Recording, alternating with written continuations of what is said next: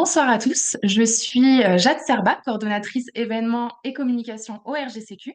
On est ravis de vous retrouver ce soir en direct sur Zoom, mais aussi sur notre page Facebook pour ce nouvel Infocondo, donc 15 choses à savoir sur la copropriété au Québec, qui vous sera présenté par Maître Michel Paradis, avocat émérite chez Terrien Couture Jolicoeur et président du RGCQ chapitre de Québec.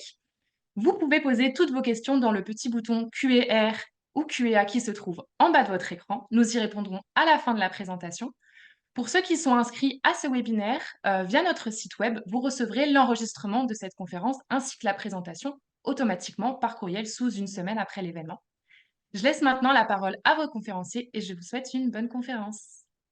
Alors, bonsoir à toutes et à tous. Merci d'être là. Je pense que c'est important un peu, si vous vivez en copropriété, c'est que vous vous intéressez à ce qui se passe, puis peut-être à améliorer votre qualité de vie en copropriété. Alors, c'est justement l'objectif de la rencontre d'aujourd'hui, c'est de vous faire part un peu de l'expérience d'un avocat qui pratique depuis 40 ans en droit de la copropriété, qui a un peu tout vu dans ce qui se passait dans les copropriétés, puis qui a vu souvent les causes de ce qui va mal en copropriété, pourquoi ça va mal dans la copropriété, dans un immeuble de chacun et pourquoi donc il y a des litiges, pourquoi il y a des conflits entre le conseil d'administration et les copropriétaires. Qu'est-ce que les copropriétaires ne comprennent pas du fonctionnement de leur copropriété? Qu'est-ce que les copropriétaires qui deviennent administrateurs ne comprennent pas du rôle des administrateurs de la copropriété? Alors, le PowerPoint là, qui est présenté aujourd'hui, c'est vraiment un guide de fonctionnement de la copropriété. Ce document-là, à mon avis, quand vous l'aurez, parce qu'on va le remettre à tous les participants, quand vous l'aurez, ça devrait être diffusé dans toutes vos copropriétaires, tous vos copropriétaires, pour bien leur faire comprendre c'est quoi la vie en copropriété, puis comment on fonctionne.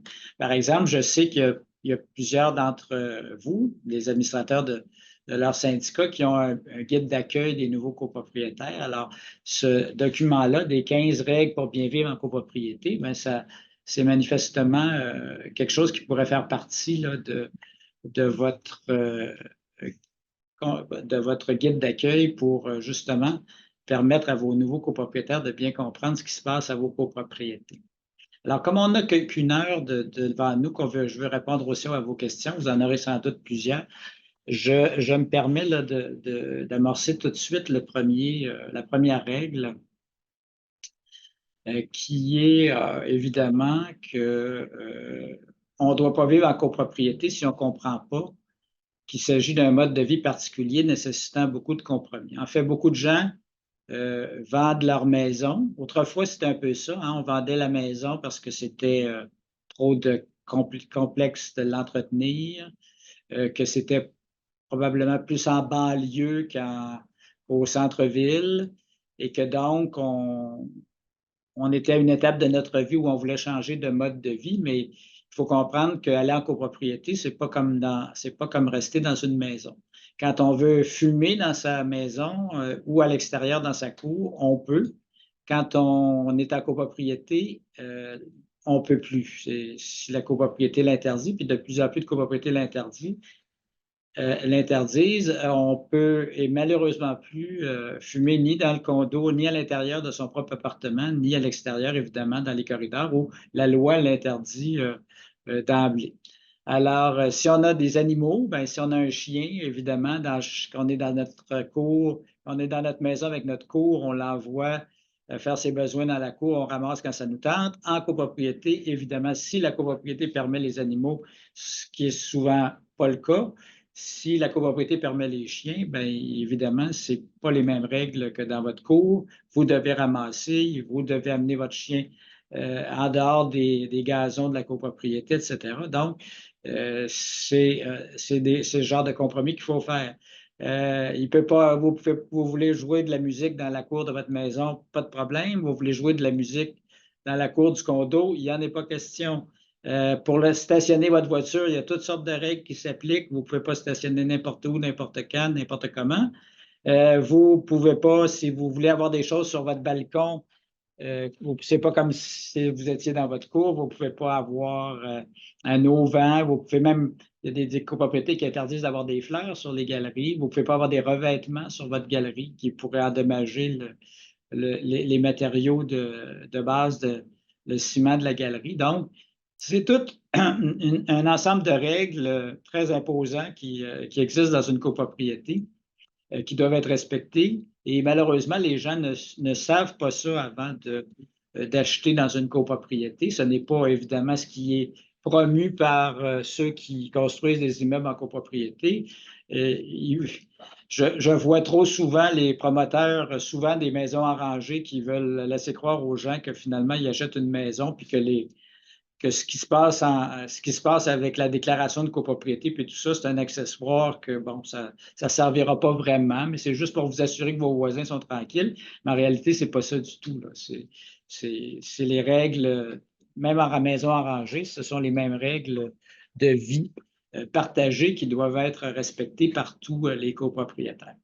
Donc, si on ne comprend pas que vivre en copropriété, c'est avant tout un mode de vie qui impose des compromis, bien évidemment, c'est pas le meilleur mode de vie à choisir. On est peut-être mieux, à ce moment-là, d'aller dans un appartement locatif où là, même s'il y a des règles, si jamais ces règles-là ne font pas notre affaire, c'est plus facile de mettre fin à un bail après un an que de vendre son condo. Des fois, les condos, ça peut prendre un certain temps à se revendre. Si on vient d'acheter, qu'on a payé tous les frais relatifs à l'achat et le déménagement dans un condo, puis qu'on veut le revendre après un an, bien évidemment, on est susceptible de perdre de l'argent, les frais de courtage, etc. Donc, c'est pas avantageux de revendre un immeuble à très court terme là, lorsqu'on a fait l'acquisition. Donc, c'est à passer si bien si une personne veut vendre sa maison puis aller rester, se cherche un endroit pour rester, ben d'aller en condo plutôt que d'aller en appartement locatif, c'est une grande décision à prendre et ça se prend uniquement, selon moi, si on accepte en copropriété qu'on doit faire des compromis.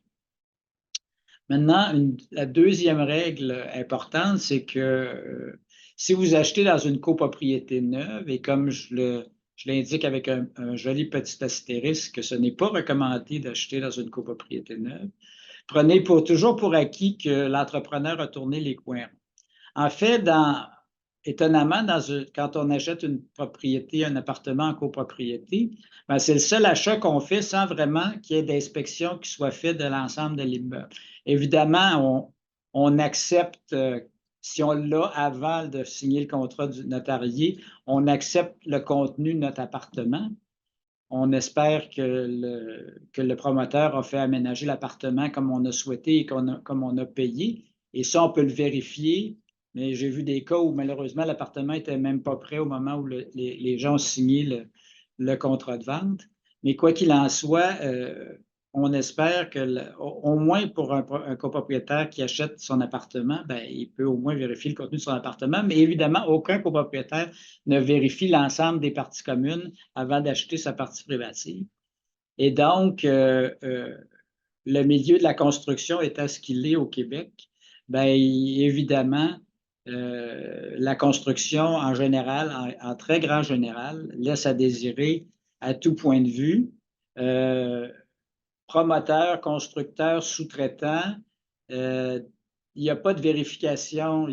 La ville exige que des plans soient déposés pour obtenir des permis de construction, mais les villes ne surveillent pas si effectivement les plans sont respectés. Il n'y a pas d'obligation pour les entrepreneurs qui font préparer des plans par des architectes, qui font vérifier les plans par des ingénieurs. Il n'y a pas d'obligation que tous ces professionnels-là surveillent le chantier. Donc, sur le chantier, ce ne sont pas les professionnels qui connaissent la construction et les règles, notamment très sévères pour les normes de construction du Code du bâtiment. Ce n'est pas ces experts-là qui surveillent les travaux, ce sont les entrepreneurs eux-mêmes qui surveillent leurs propres travaux et qui, évidemment, ne font pas toujours selon le code du bâtiment. Ils le font selon les délais de livraison, les exigences du promoteur de couper dans les coûts, etc., etc. Donc, on arrive avec des constructions qui sont souvent déficientes et il n'y a pas moyen de le savoir quand on a avant de signer le contrat chez le notaire. C'est par la suite, quand le syndicat s'occupe de vérifier comment l'immeuble est construit, que là, c'est important d'intervenir. On va voir que c'est une autre des règles, l'importance d'intervenir dès que possible pour reprendre le contrôle du syndicat et de faire ce qu'il faut pour faire vérifier l'immeuble. Alors, quoi qu'il en soit, si vous devez acheter une copropriété neuve parce que, bon, la localisation, le design vous plaît, etc., que vous avez quand même vérifié si l'entrepreneur a une bonne réputation, ça se fait vérifier ça. On voit ce qu'il a déjà construit. On peut parler à des gens qui demeurent dans des immeubles où c'est déjà construit. Ben, si vous avez fait ces vérifications-là, ben là, vous pouvez acheter un immeuble neuf, mais prenez pour acquis qu'il y a des ajustements à faire par l'entrepreneur une fois que l'immeuble est livré et qu'il faut s'occuper de les faire faire. Ensuite de ça, une fois qu'on a acheté, donc, la première année de la copropriété est critique, hein. C'est important de reprendre le contrôle du syndicat. L'article 1104 du Code civil prévoit clairement un temps limite pour l'administrateur provisoire, c'est-à-dire le promoteur qui se nomme administrateur au début de la copropriété, de redonner le contrôle au copropriétaire. C'est l'article 1104 du Code civil. L'article 1104 du Code civil prévoit que dans les 90 jours à compter de celui où le promoteur d'une copropriété ne détient plus la majorité des voix de l'Assemblée des copropriétaires, il doit convoquer une assemblée pour élire de nouveaux administrateurs. Donc, ça veut dire que le promoteur, s'il a vendu déjà 50 des unités, il doit, dans les 90 jours à partir de cette date-là où il a vendu les unités, redonner le contrôle du syndicat au copropriétaire. C'est important pour les copropriétaires de reprendre le contrôle du conseil d'administration parce qu'à ce moment-là, le conseil d'administration peut intervenir pour empêcher le promoteur de faire des travaux en les faisant payer par le syndicat. C'est malheureusement fréquent de constater que lorsque le promoteur agit comme administrateur de la copropriété, il mêle son rôle de promoteur et son rôle d'administrateur et prend des décisions où il est en conflit d'intérêts, si bien que souvent des dépenses qui auraient dû être assumées par le promoteur sont payées à même les charges communes des copropriétaires qui ont acheté. Alors, on veut éviter ça. On veut éviter aussi que le promoteur tente de dissimuler les problèmes de construction que lui constate comme administrateur, mais que les copropriétaires ne sont pas informés parce que ce ne sont pas des experts. Donc, pour toutes ces raisons-là, le législateur a voulu que le plus rapidement possible, on donne le contrôle du syndicat aux copropriétaires.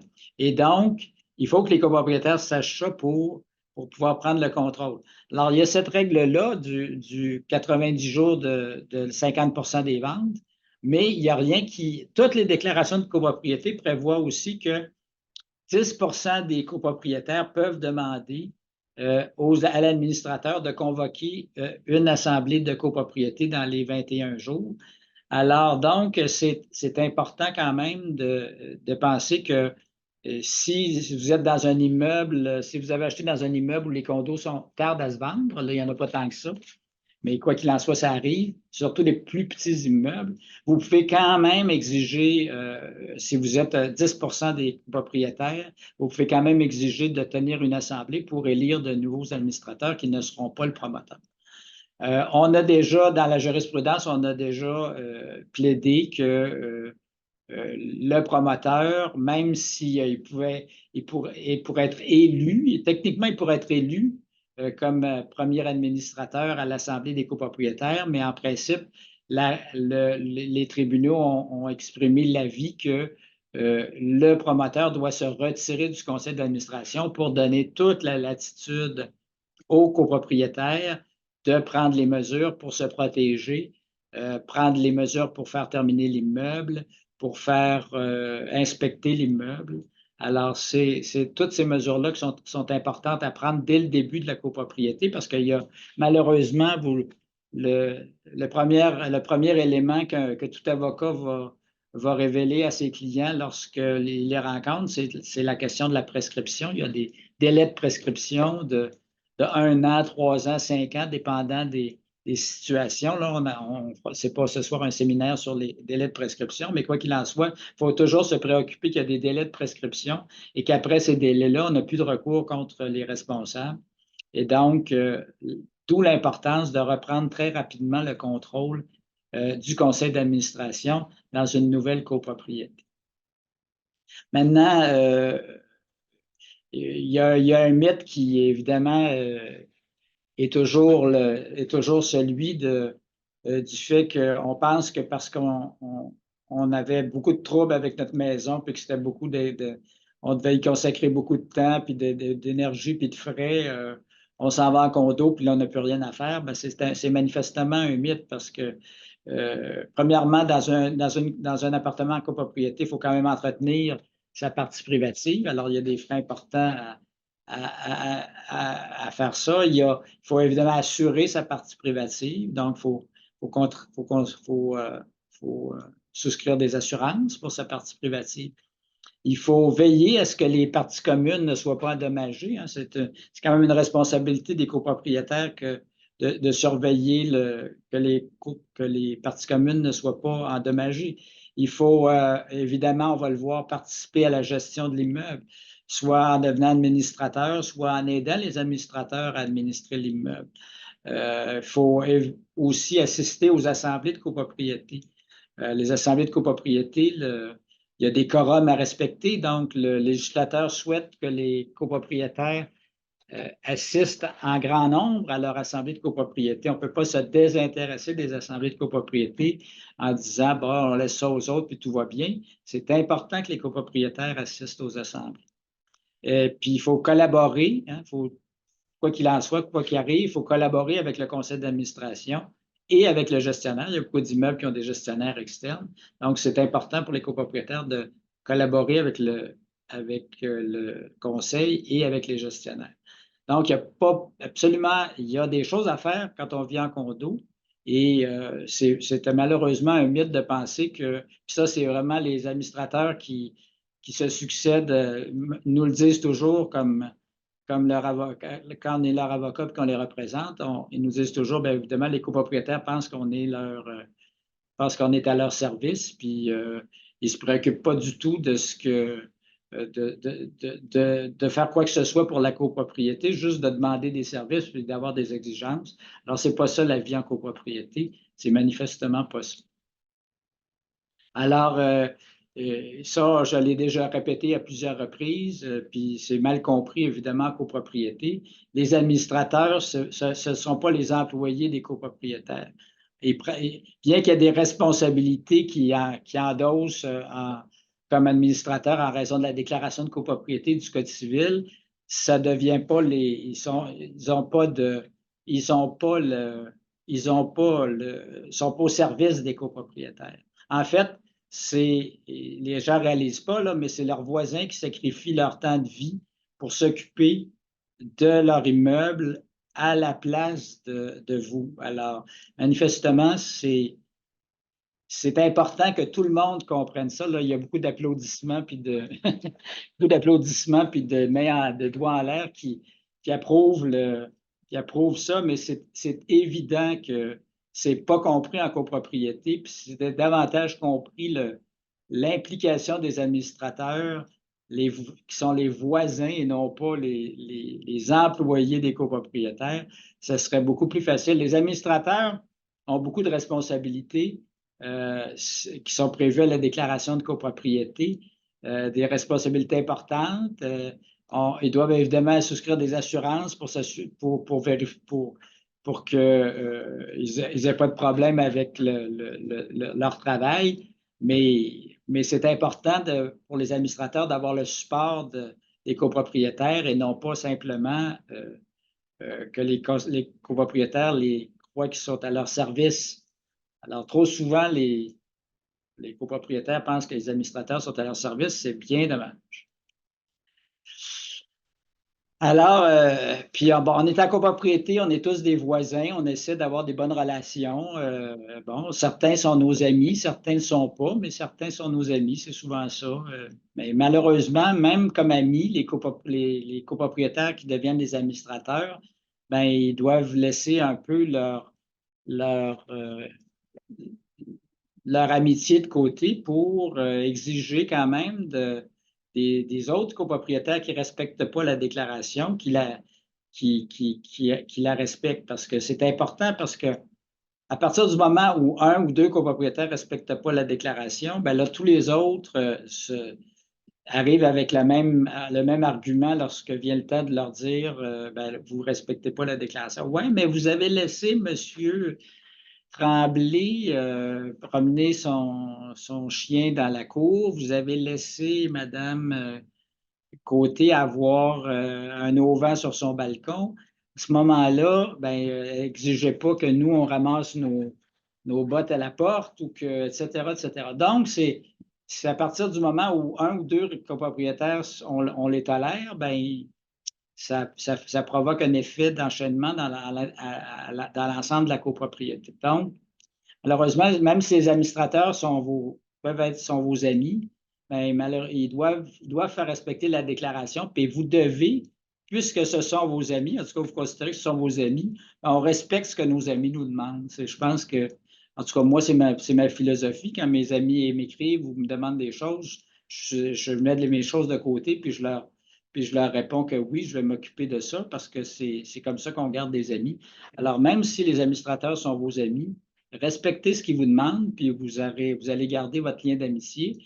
Puis, administrateur, même si ce sont vos amis que vous devez mettre au pas, ben, c'est votre rôle d'administrateur. Vous pouvez le faire avec délicatesse, avec tact, puis espérer que justement, parce que vous avez des bonnes relations avec ces personnes-là, ils vont être plus compréhensifs, puis ils vont respecter la déclaration plus rapidement.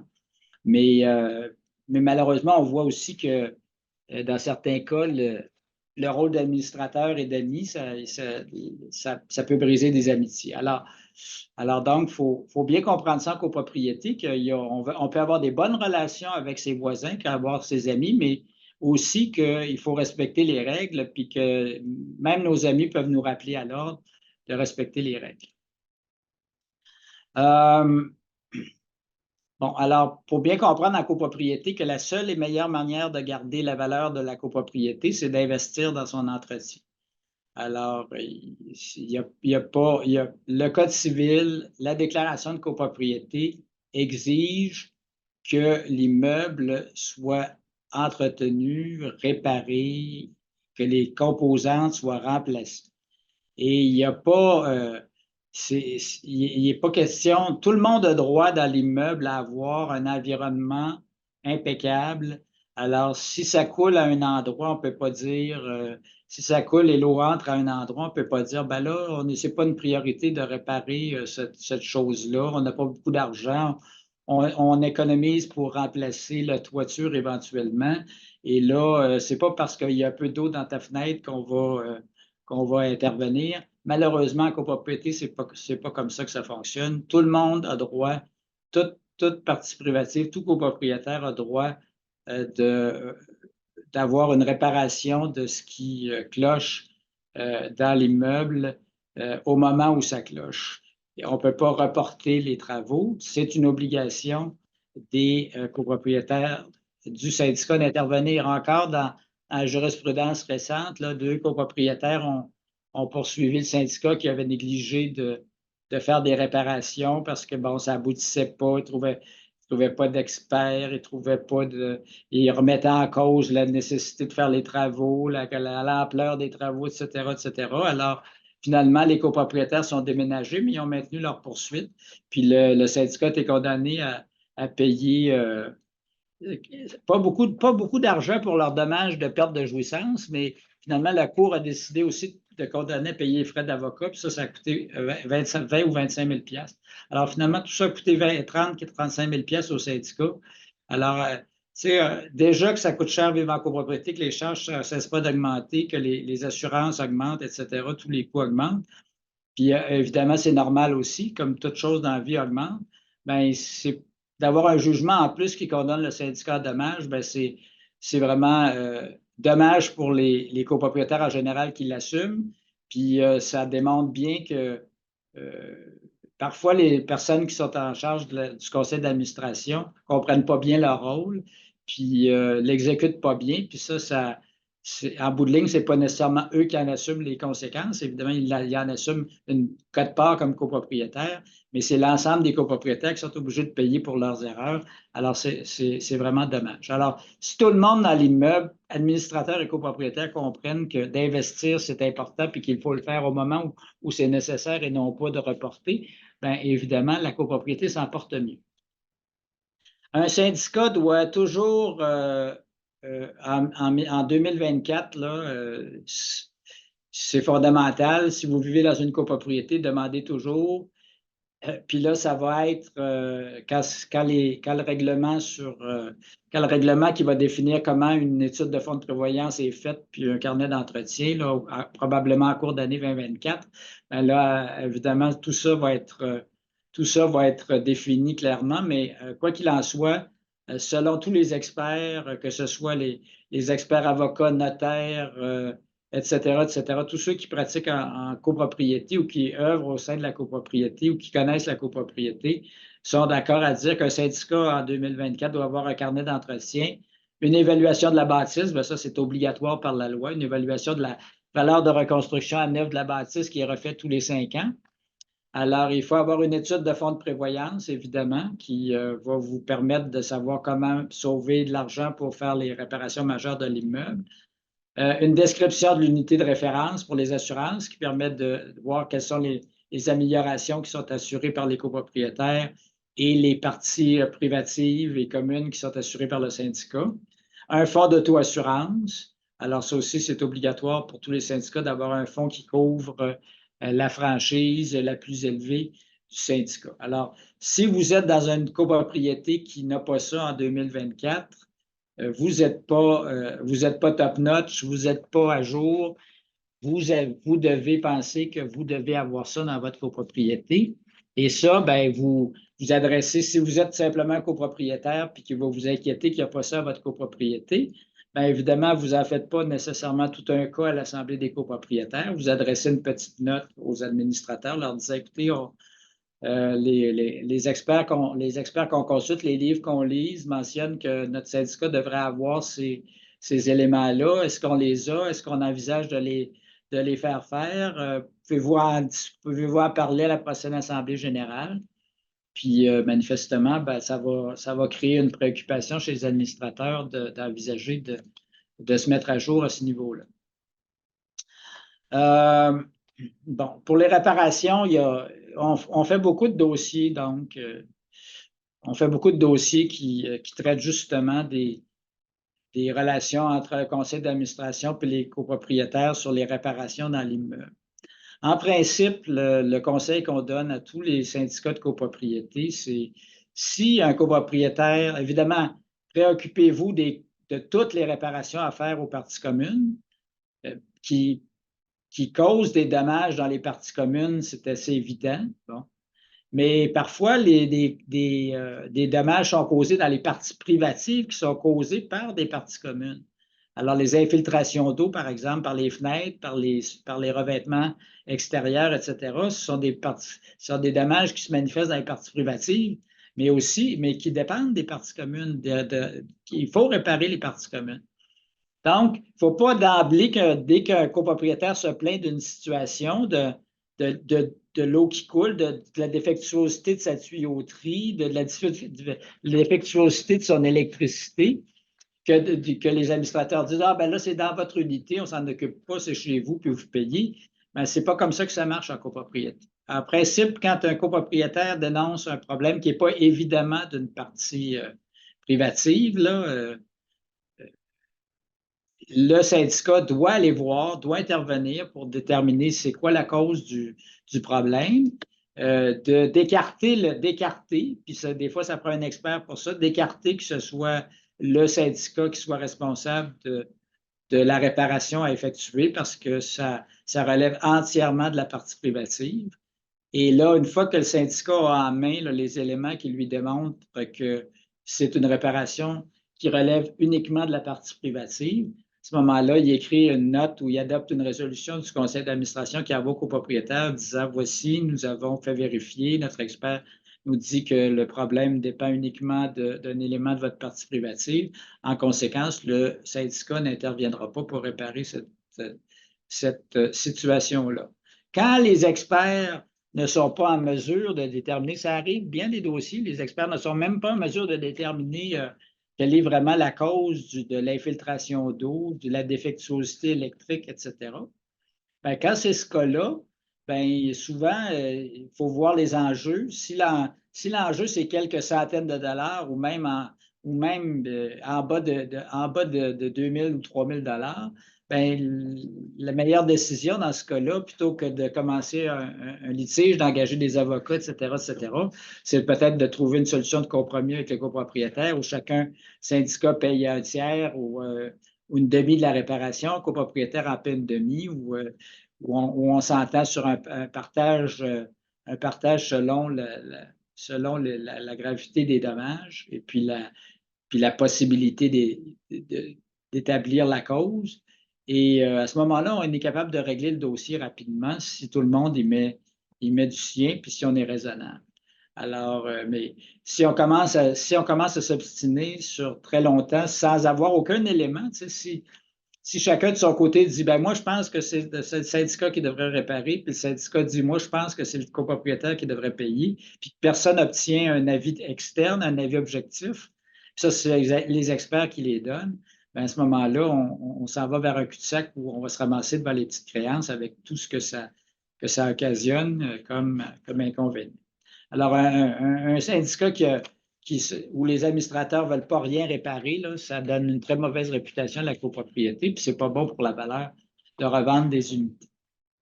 Alors, une des principales, je l'ai mis au numéro 10 parce qu'elle est très importante, c'est des sinistres, en copropriété, des sinistres, tu auras de préoccupation constante. Sinon, des franchises et des primes, tu te trouveras ruiné. Alors, c'est le problème numéro un actuellement des copropriétés, c'est la couverture d'assurance. Alors, le nombre des assureurs en copropriété s'est réduit considérablement dans les dernières années. Les assureurs sont de moins en moins intéressés à couvrir les syndicats de copropriété, trouvent des prétextes pour ne plus le faire, augmentent les primes de façon significative, augmentent les franchises encore de façon encore plus significative. Autrefois, on ne voyait pas ça des franchises de 25 000 maintenant, c'est souvent la règle dans les plus grosses copropriétés. Alors, donc, les assurances, c'est la principale préoccupation. On a des appels à tous les trimestres. On a un appel d'un syndicat qui nous dit notre assureur vient de nous informer qu'il ne renouvellera pas notre police. On n'est pas en mesure. On a contacté plusieurs courtiers, plusieurs assureurs. Personne, à cause de ça, ne veut nous donner un nouveau contrat. Donc, là, on est obligé de se tourner vers le marché étranger, le marché extérieur, le marché secondaire qu'on appelle. Et là, les primes, parfois quintuplent ou même, dans certains cas, si la copropriété est en mauvais état, décuplent, ce qui est vraiment une catastrophe pour les copropriétaires. Donc, manifestement, euh, quand on parle de prévention en copropriété, ben, toute la vérification, évidemment, de faire aucun travaux d'électricité ou de plomberie par des gens qui ne sont pas des professionnels électriciens ou plombiers, c'est fondamental. Combien de sinistres sont provoqués par le fait que des équipements ont été installés par des non-plombiers, par des gens qui prétendaient connaître ça. La vérification, évidemment, de toute tuyauterie installée avec des équipements. Il y a eu beaucoup de sinistres en raison tout simplement du petit tuyau qui part de l'évier jusqu'au frigidaire pour faire de la glace. Alors, il y a eu beaucoup de sinistres à cause de ces tuyaux-là qui ont été installés dans des unités de copropriété. Donc, il y a évidemment beaucoup de situations Puis de plus en plus, ben, je pense que si votre syndicat vous suggère puis adopte un règlement qui oblige d'avoir des détecteurs de fuite d'eau, donc des détecteurs qui vont être sensibles à toute eau qui tombe sur le plancher et qui vont à ce moment-là bloquer la valve d'entrée d'eau, si bien que le sinistre va être contenu et probablement évité complètement. Tout au moins, il va y avoir un peu d'eau dans votre appartement, mais ça ne risque pas de provoquer un déversement d'eau dans les 5 appartements sous le vôtre. Ben, tout ça, ben, il faut encourager ça dans toutes les copropriétés. Ces systèmes-là ont fait leur preuve. Il y a beaucoup de manufacturiers maintenant qui en vendent. Les prix sont de plus en plus compétitifs et ça démontre, ces systèmes-là vraiment euh, sont, sont, n'éviteront pas tous les sinistres d'eau, vont en éviter la plupart. Et surtout, il n'y aura pas, les gens s'attendent, ouais, mais là, si on s'installe ça, on va avoir une grosse diminution de primes ou quoi que ce soit, ou nos primes n'augmenteront plus jamais, et puis nos franchises non plus, mais ce n'est pas le cas. En fait, c'est un effet indirect. C'est que premièrement, il va y avoir moins de sinistres. Donc, oui, il y a moins de chances que les primes augmentent puis que les sinistres augmentent. Mais aussi d'avoir un sinistre dans son appartement puis d'avoir un gros dégât d'eau puis d'être obligé de tout enlever ce qu'on a dans notre appartement, de faire entreposer, parfois être logé pendant un mois. C'est une catastrophe pour la majorité d'entre nous qui sommes occupés, que ce soit qu'on soit des personnes qui travaillons, ou même qui sommes retraités. C'est vraiment une catastrophe d'être dans une situation d'avoir un sinistre majeur dans notre unité. Alors, si on peut éviter ça à nos voisins, c'est manifestement un investissement de 1500 ou 2000 $ pour avoir un détecteur de fuite d'eau. Là, c'est vraiment une bénédiction et ça vaut la peine de faire cette dépense. Alors, un conseil qui est manifeste, c'est votre déclaration de copropriété et le manuel d'instruction de l'habitation qui est votre premier investissement en valeur. Là, j'ai marqué pour la plupart d'entre nous, peut-être que d'autres gens ont des bitcoins puis sont peut-être plus riches avec ça que leur propriété, mais quoi qu'il en soit, pour la majorité d'entre nous, notre premier investissement, c'est notre immeuble principal, c'est notre résidence. Et donc, c'est important de lire le manuel d'instruction de la déclaration de copropriété. Puis on voit ça comme un document aride, mais en fait, ce n'est pas si complexe que ça. Il y a une première, il y a la première section, l'acte constitutif, ben, ça établit les parties, ça vous fait voir qu'est-ce que c'est les parties communes, qu'est-ce que c'est les parties privatives, qu'est-ce que c'est les parties communes qui sont à votre usage restreint, alors qu'ils sont en fait des parties que vous seul pouvez utiliser, que vous avez certaines responsabilités d'entretien et que le syndicat va remplacer. Alors ça, c'est bon, c'est important de comprendre qu'est-ce qu'il y a dans votre appartement et privatif, puis qu'est-ce qui est commun à usage restreint. Puis de voir comment par exemple, pour les stationnements, qui sont souvent des parties communes à usage restreint, bien, qu'est-ce que vous pouvez faire avec? Est-ce que vous pouvez les échanger, les louer à d'autres copropriétaires, etc., etc. Donc, toutes ces règles-là sont là. C'est important de savoir ça. Ensuite de ça, cette partie-là prévoit qu'est-ce que les administrateurs, c'est quoi les rôles des administrateurs? Qu'est-ce qu'ils peuvent faire? Qu'est-ce qu'ils ne peuvent pas faire? Qu'est-ce qu'ils doivent faire? Puis à ce moment-là, vous comprenez bien le rôle des administrateurs. Puis quand vous vous adressez à eux pour certaines choses, ben, vous pouvez les référer en disant, ben, je vous rappelle que la déclaration de copropriété prévoit que vous devez, etc., etc. Puis les copropriétaires, les administrateurs, en lisant eux-mêmes la déclaration, vont certainement suivre cette demande du copropriétaire. Alors, ça contient ça. Ça contient la section sur les assurances. Bon, ça, c'est un peu plus technique, mais c'est quand même important de savoir que le syndicat doit avoir une assurance, que les copropriétaires doivent avoir une assurance pour leur amélioration, pour leur responsabilité, puis comment ça fonctionne quand il y a un sinistre. Alors, ça, c'est important de savoir ça. Ensuite de ça, il y a des dispositions accessoires. La deuxième partie, ben, c'est tous les règlements de l'immeuble, c'est ce qui est plus fondamental. Donc, qu'est-ce que vous devez faire, qu'est-ce que vous pouvez faire dans les parties communes, qu'est-ce que vous pouvez faire dans les parties privatives, qu'est-ce que vous pouvez faire dans les parties communes à usage restreint. Ensuite, il y a les règles du fonctionnement du conseil d'administration. Ça, si vous êtes administrateur, ça vous intéresse plus. Si vous ne l'êtes pas, ben, vous laissez ça à ceux qui s'en occupent. Puis, il y a aussi les règles de fonctionnement du conseil d'administration, de l'Assemblée des copropriétaires. Donc, c'est important de connaître comment ça fonctionne, l'Assemblée des copropriétaires, parce que vous avez l'obligation morale d'y participer. Et finalement, ben, il y a les règles relatives au paiement des charges. Alors, les charges, c'est incontournable. Il faut payer ses charges quand on est en copropriété.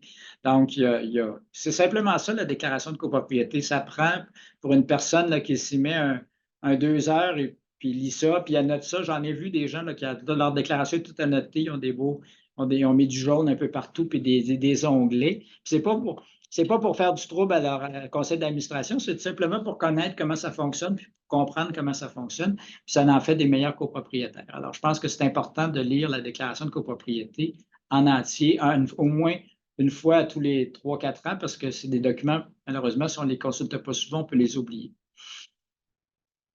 Bon, puis alors, on apprend tellement de choses aux assemblées de copropriété que ce serait vraiment bête de ne pas y assister, d'autant plus que les frais pour l'absentéisme, c'est important dans les copropriétés, là.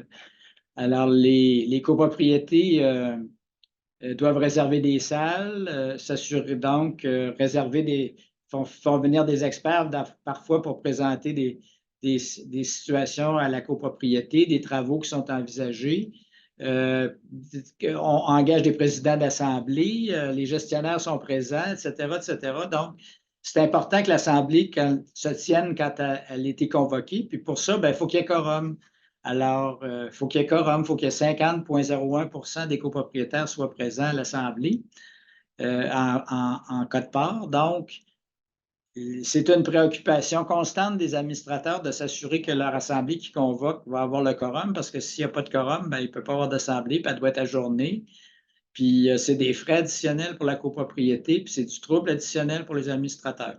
Donc, si pour une raison très sérieuse, vous ne pouvez pas assister à l'Assemblée de copropriété, au moins donner une procuration. Si vous ne savez pas à qui donner une procuration, la meilleure personne à le donner, c'est à un administrateur, et parce que vous êtes sûr qu'ils vont être présents à l'Assemblée. Et donc, la procuration, ben, ça règle la question du quorum. Ça compte pour le quorum que vous ayez donné une procuration pour participer à l'Assemblée.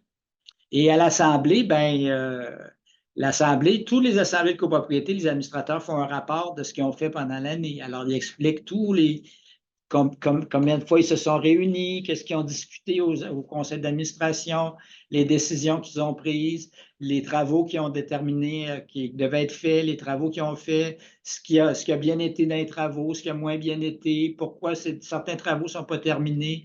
Alors, on voit ça dans toutes les assemblées de copropriété, puis ça permet aux copropriétaires de savoir, ben là, ouais, c'est vrai, je me demandais quand est-ce qu'ils allaient faire ça, puis là, c'est là qu'on apprend qu'effectivement, ces travaux-là ont été faits ou vont être faits dans la prochaine année. Ensuite de ça, les questions fondamentales, c'est le budget puis les états financiers. Toutes les assemblées de copropriété annuelles doivent présenter le budget et les états financiers. Donc, les états financiers, c'est ce que le syndicat a dépensé. Donc, vous pouvez poser des questions sur les dépenses, mais dans vos questions, c'est important de ne pas poser des... Ce que je constate malheureusement, c'est que les gens posent des questions souvent sur les dépenses de 100 $ et moins, puis pas sur les dépenses de 10 000 et plus. Alors, c'est plus important de se préoccuper des dépenses importantes que des petites, où, par exemple, une dépense de 100 $ dans un immeuble de 100 unités, ça fait une dépense d'une pièce par copropriétaire. On ne devrait pas passer 15 minutes de l'Assemblée de copropriété pour discuter de ça. Donc, il faut se préoccuper des dépenses importantes, puis c'est l'occasion de poser des questions sur ces dépenses-là. Même chose sur le budget. Vous allez comprendre pourquoi les charges de copropriété augmentent. Puis vous pouvez le demander aux copropriétaires, aux administrateurs, pourquoi le budget a été préparé de cette façon-là. Qu'est-ce qui change dans notre copropriété? Pour quelles raisons nos charges augmentent-elles? Est-ce que vous avez examiné les possibilités d'économiser certaines sommes, etc. Puis là, vous avez les réponses à vos questions. Puis enfin, bien évidemment, l'Assemblée générale, c'est l'occasion d'élire les administrateurs. Donc, c'est important que soit vous vous présentiez vous-même comme administrateur ou encore que vous élisiez des personnes qui vont s'occuper bien de la copropriété. Alors, si vous avez un choix, ce n'est pas toujours le cas. Il y a souvent bien des assemblées de copropriété qui finissent avec moins d'administrateurs élus que ceux qui pourraient être élus selon la déclaration de copropriété.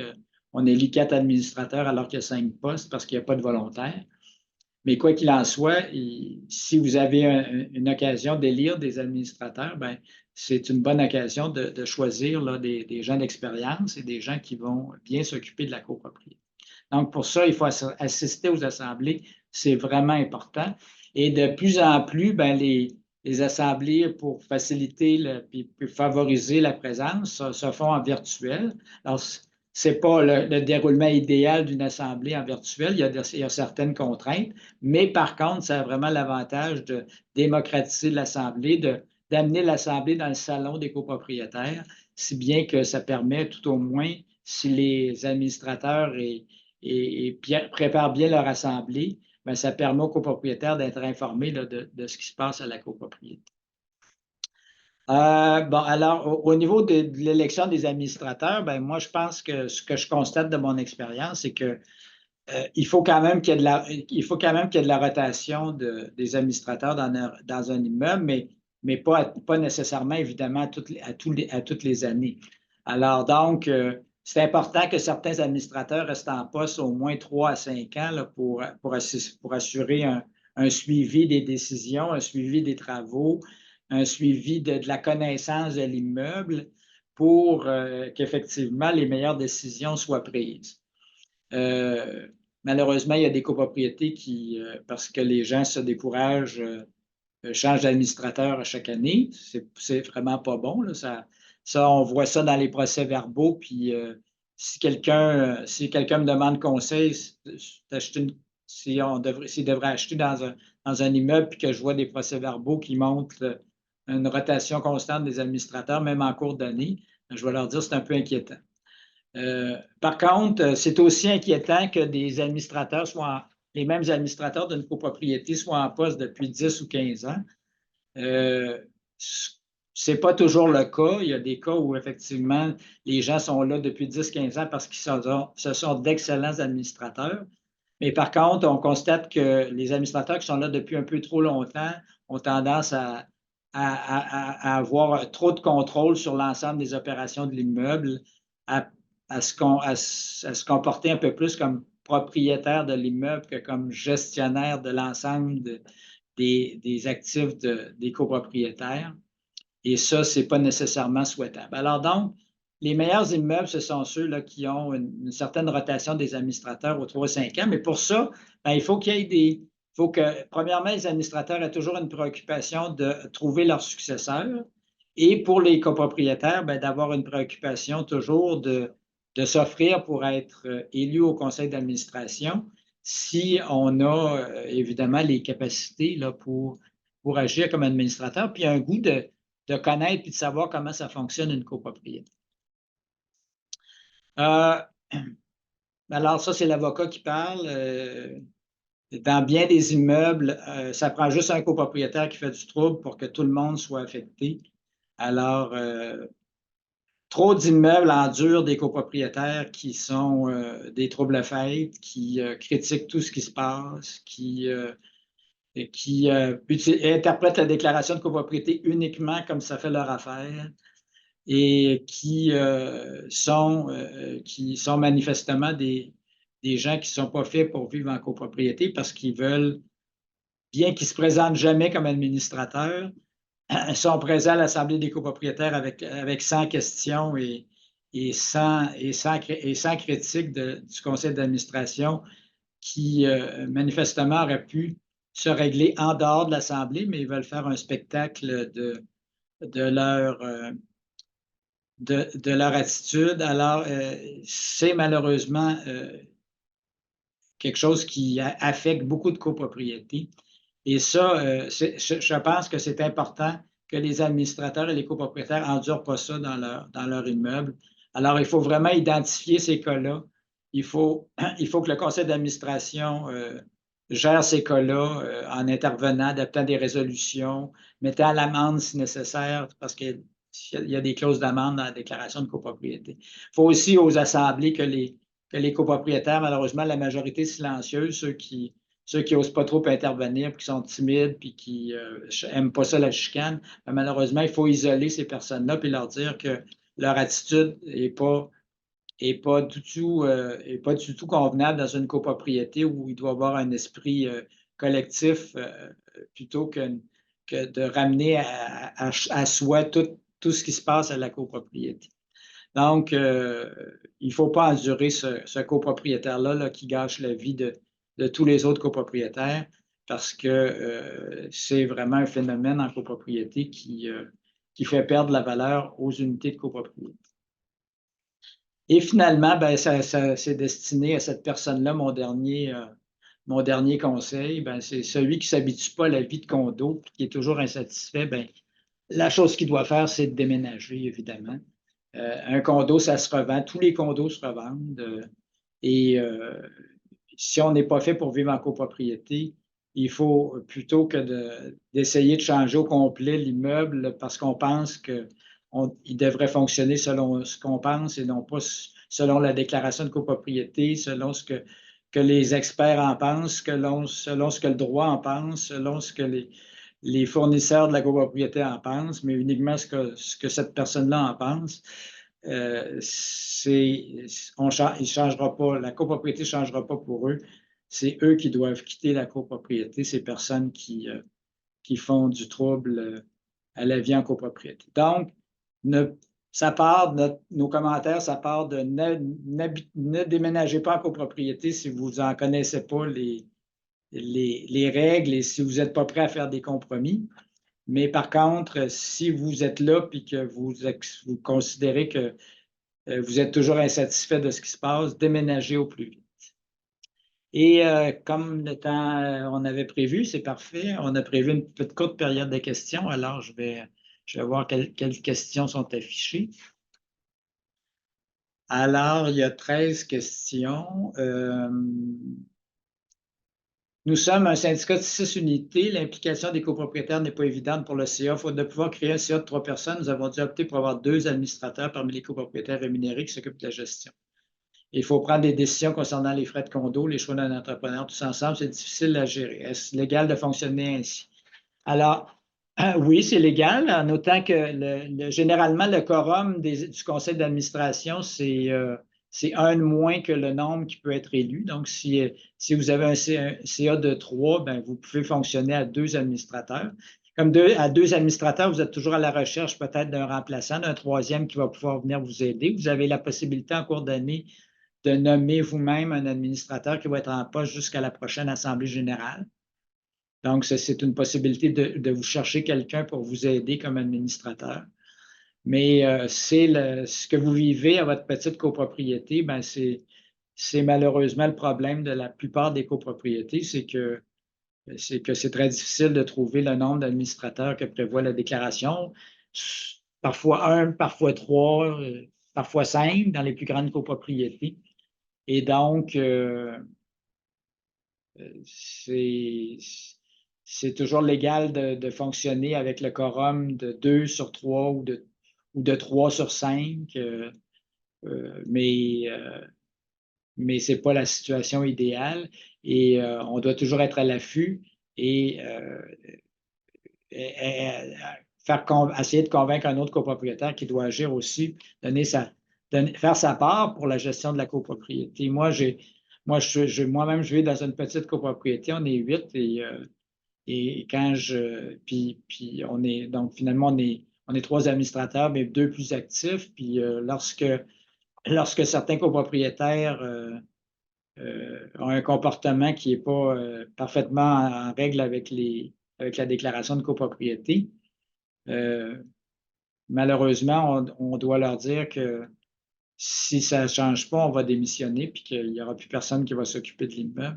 Alors, des fois, ça convainc les gens de revenir dans le bon chemin. Alors, c'est peut-être une stratégie que vous pouvez utiliser aussi à votre copropriété.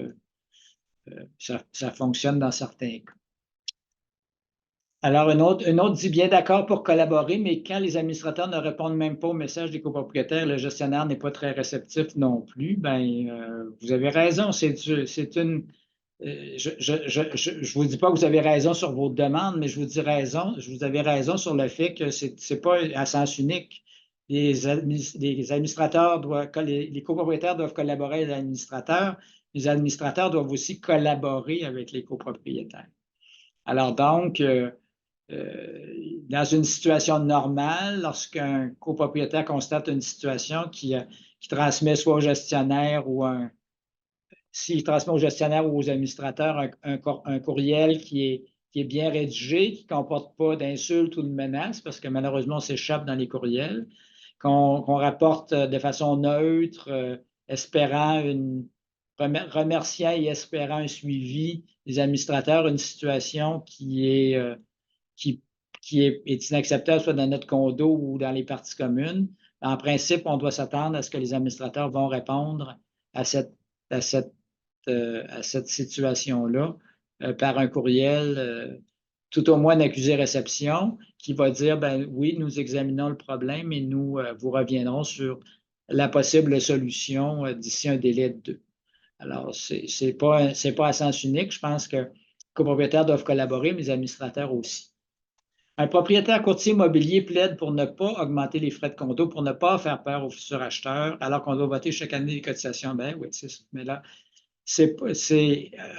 de plus en plus, il y a de moins en moins de courtiers qui disent ces choses-là. Puis là, vous avez un propriétaire courtier, donc il est manifestement en conflit d'intérêts lorsqu'il parle de sa propre copropriété.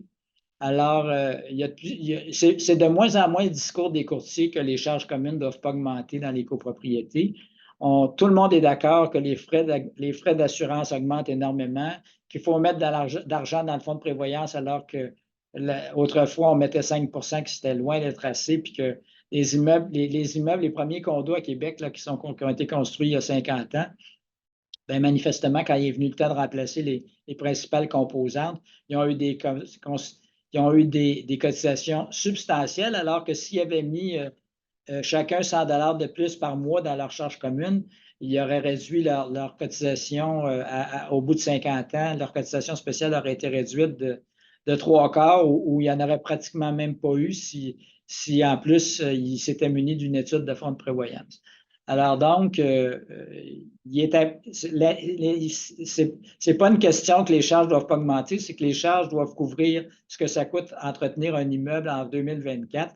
Et comme toute chose, partout, si les entrepreneurs qui l'entretiennent, si l'électricité qui alimente le chauffage, si tout ce qui coûte, tout ce qui contribue à maintenir l'immeuble, les coûts augmentent, bien évidemment, les charges communes doivent augmenter et c'est incontournable.